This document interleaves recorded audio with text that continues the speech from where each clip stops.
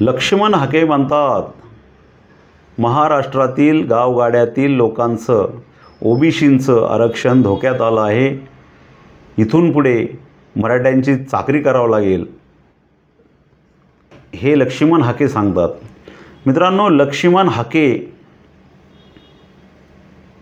याचं शिक्षण काय? हा बोलतो किती, हा वागतो किती, आणि ह्याचं जर चारित्र्यच काढायचं झालं तर मित्रांनो, गेल्या वर्षी एका खेळाच्या मैदानामध्ये दारू पिताना पकडला आणि मराठ्यांच्या पोरांनी बदाडला. हे लक्ष्मण हाकेला विसरता कामा नाही. परंतु प्रत्येक वेळेस मराठा समाजाच्या विरोधामध्ये गरळ ओकण्याचं काम हा लक्ष्मण हाके करतो. दोन्ही समाजामध्ये तेढ निर्माण काम करण्याचं काम करतो. परंतु याला कोणीही व्यसन घालत नाही, कारण हा लाभधारक आहे. हा महाराष्ट्राचे जे कोणी त्याला सहकार्य करतात त्यांचा हा पिल्लू आहे. म्हणून लक्ष्मण हाके हा एक सोडलेला मोकाट वळू आहे असं म्हटलं तरी चालेल. कारण मित्रांनो, वैचारिक गोष्ट म्हटलं, एकामेकाला विचार मांडण्याची पूर्ण अधिकार आहेत. परंतु कुठले विचार कुठं मांडावात, कोणाशी काय बोलावं, याचं जे काही भान पाहिजे ते भान लक्ष्मण हाकेला नाही आहे, त्या वाघमाऱ्यांना नाही आहे. कारण हे दोन्हीही एकाच नाण्याच्या दोन बाजू आहेत. हा भूक म्हणला की हा भुकतो, हा बस म्हणला की तो बसतो. त्याच्यामुळं या दोघांविषयी आपण जास्त काही न बोललेलं बरं. पण मी बोलणार. त्याचं कारण असं की एक संघर्षयोद्धा समाजासाठी झटतोय.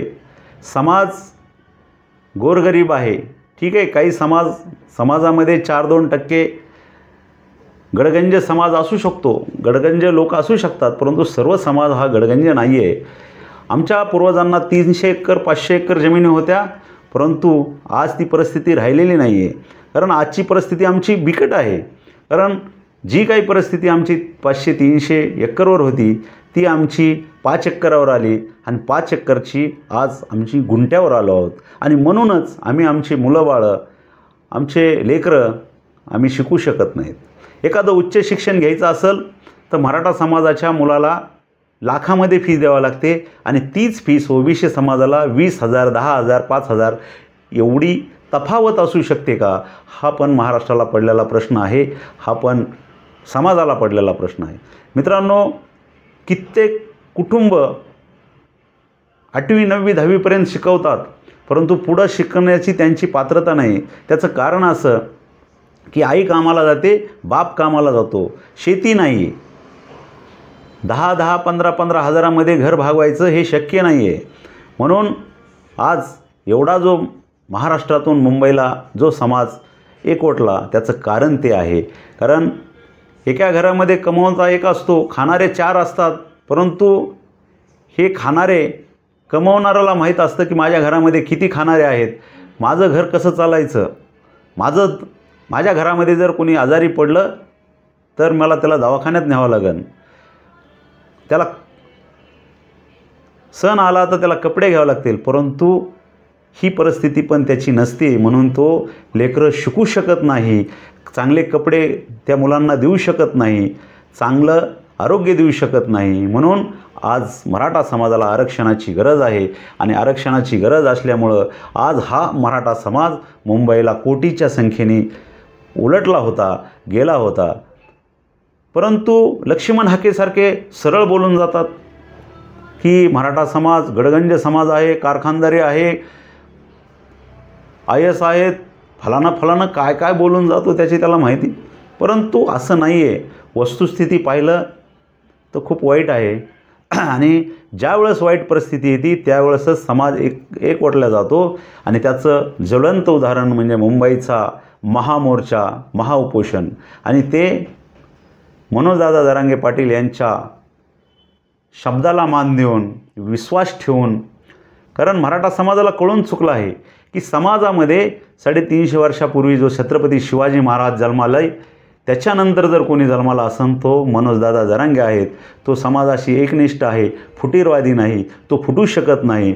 म्हणून कोटीच्या संख्येने जे मुंबईला लोक गेले ते फक्त आणि फक्त मनोजदादा जरांगे पाटील यांच्या शब्दावर गेले आणि त्यांनी पण समाजाशी एकनिष्ठ आहेत